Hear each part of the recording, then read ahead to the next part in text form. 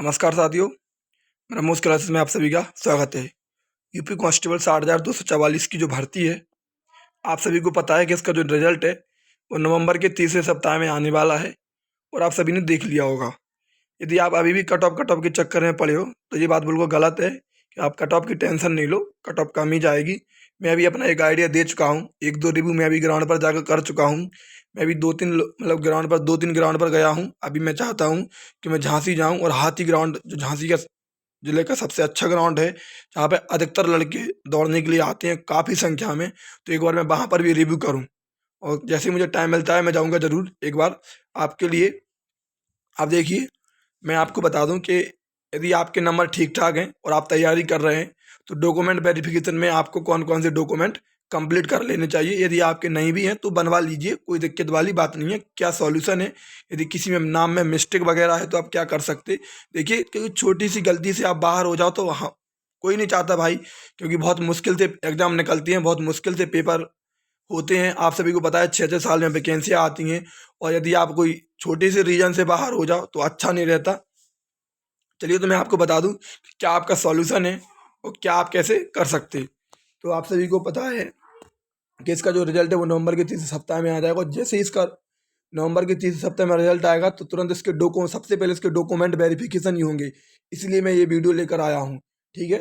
तो आपको डॉक्यूमेंट कौन कौन से बनवा लेने चाहिए, मतलब कौन कौन से आपके पास हैं, और कोई मिस्टेक है तो क्या करना चाहिए आपको डॉक्यूमेंट की मैं आपको बता दूं। तो डॉक्यूमेंट में सबसे पहले आपके पास 10th की मार्कशीट होगी। यदि जो पुराने होंगे तो उनकी मार्कशीट और उनकी जैसे सनद कहते हैं, सनद वो अलग होगी, लेकिन अब तो लगभग मार्कशीट और सनद एक ही साथ आने लगी। तो एक ये 10th की मार्कशीट आपकी होनी चाहिए, 12th की मार्कशीट होनी चाहिए, निवास प्रमाण पत्र होना चाहिए। लेकिन जो निवास प्रमाण पत्र होना चाहिए वो 3 साल वैलिड रहता, मतलब ज़्यादा पुराना नहीं होना चाहिए। यदि आपने पुराना लगा दिया फॉर्म वगैरह में तो समस्या आने वाली है। फिर भी आप नया बनवा लीजिए, अभी जो होगा फिर वो देखा जाएगा।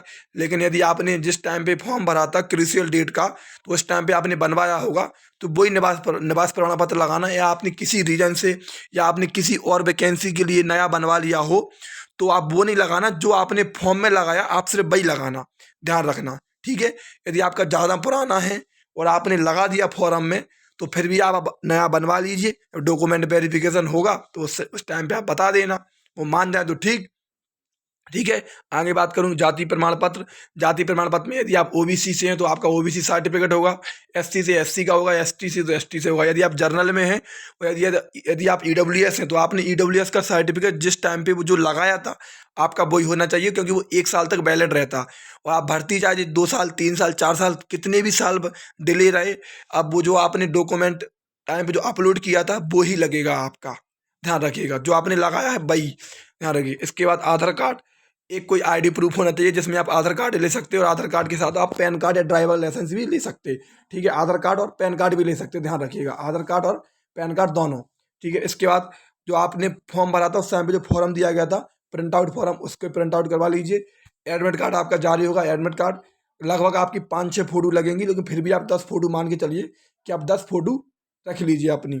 और चरित्र प्रमाण पत्र भी, आप स्कूल वाला है तो स्कूल वाला, वरना आप प्रधान से भी लिखवा सकते, या आप पुलिस वेरिफिकेशन पुलिस द्वारा भी बनवा सकते, मतलब ऑनलाइन भी आप बनवा सकते। लेकिन जो चरित्र प्रमाण पत्र है जी आपका अभी नहीं लगेगा, चरित्र प्रमाण पत्र आपका अभी नहीं लगेगा। चरित्र प्रमाण पत्र में रियलिटी बता दूं, जब आपका मेडिकल होगा तब आपका चरित्र प्रमाण पत्र लगेगा। इतने डॉक्यूमेंट आपको क्लियर करने हैं: 10 की मार्कशीट, 12 की मार्कशीट, निवास प्रमाण पत्र, जाति प्रमाण पत्र, आधार कार्ड, फॉर्म का प्रिंट आउट फॉर्म है वो, एडमिट कार्ड, 10 फोटो, और चरित्र प्रमाण पत्र भी आप बनवा लीजिए, इससे कोई दिक्कत नहीं है, ठीक है। अब यदि आपने मान लो हाईएस्ट क्वालिफिकेशन बीए या ग्रेजुएशन कोई भी चढ़ा रखी है तो फिर आपको उसकी मार्कशीट लगेगी, जो भी आपने चढ़ा रखी है यदि हाईएस्ट क्वालिफिकेशन तो उसकी मार्कशीट लगेगी। नेक्स्ट पॉइंट ये है कि जो भी आपके नाम वगैरह हैं, आपका अधिकतर नाम इंग्लिश में मैच होना चाहिए। हिंदी वर्जन मान्य नहीं रखता, मान्य इसी नहीं रखता हिंदी का, क्योंकि आपने कोई शब्द लिया, मैंने कोई अक्षर टाइप किया, जैसे मान लीजिए कोई भी नाम टाइप किया और वो धोखे से हिंदी में कुछ गलत ही ले लेता कंप्यूटर, तो इंग्लिश मान्य रहता, ठीक है। और जो नाम मैच होंगे वो आपकी 10 की मार्कशीट से होंगे, ये भी ध्यान रखना।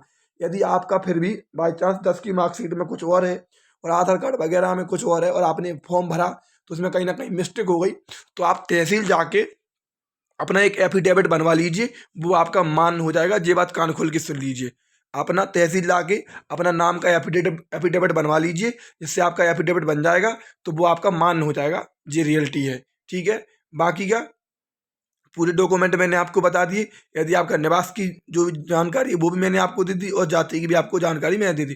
जैसे मान लो आपने दिसंबर के टाइम पे 2023 में वैकेंसी आई थी, उस टाइम पे आपने न्यू बनवाए थे और वो अपलोड कर दिए, और फिर किसी भी कारण बस आपने जैसे जाति हो, जो निवास आपने दोबारा बनवा लिए अभी, तो आप ये नहीं सोचना कि हमने अभी नए हमारे जी हैं, नहीं, जो आपने अपलोड किया वो लेके आना, ध्यान रखिएगा। ठीक है, और बाकी के यदि आपने बहुत पुराने अपलोड कर दिए तो फिर आप अभी अपना नया बनवा लीजिए, और फिर आप वही लेके चले आना, वो भी ले आना, और जो अपलोड किया वो भी ले आना, और जो आपने अभी नया बनवा लिया वो भी ले आना।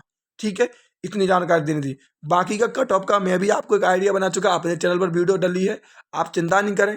मैं फिर भी बार बार कहता, लड़कियों से भी कहता और लड़कों से भी कहता कि आप कट ऑफ के चक्कर में ज़्यादा नहीं पड़े।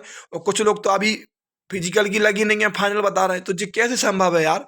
और तुम खुद इतना अंदाजा लगा सकते, आप भी यार समझदार हो, कि फिजिकल के लिए कट ऑफ जाएगी और क्या उससे ज़्यादा नंबर फाइनल की चली जाएगी? कैसे होगा यार?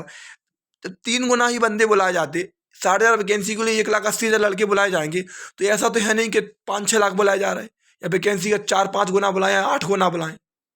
अगर 8 गुना बुलाते तो लगभग 4,80,000 बुलाते, तो इतने बंदे तो बुलाए नहीं जाएंगे, 3 गुना बुलाए जाएंगे, जिसमें 10-15 हज़ार फिजिकल देने के लिए नहीं जाएंगे, 4-5 हज़ार चेस्ट हाइट वेट और डॉक्यूमेंट वेरिफिकेशन में चले जाएंगे। लगभग आप मान के चलना 40% या 20-30% फिजिकल फेल हो जाएंगे, रनिंग नहीं निकाल पाएंगे।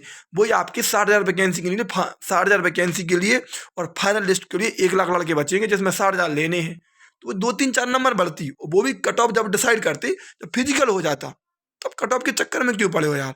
कट ऑफ के चक्कर में नहीं पड़ो। मैं फिर भी कह चुका, यदि आप लड़की हो और आपके 165-170 नंबर हैं अभी रो स्कोर, आप रनिंग करिए, क्योंकि मैंने देखा है कि पिछली भर्तियों में 200 लड़कियां दौड़ाई जा रही हैं और 12 लड़कियां क्वालिफाई हो रही।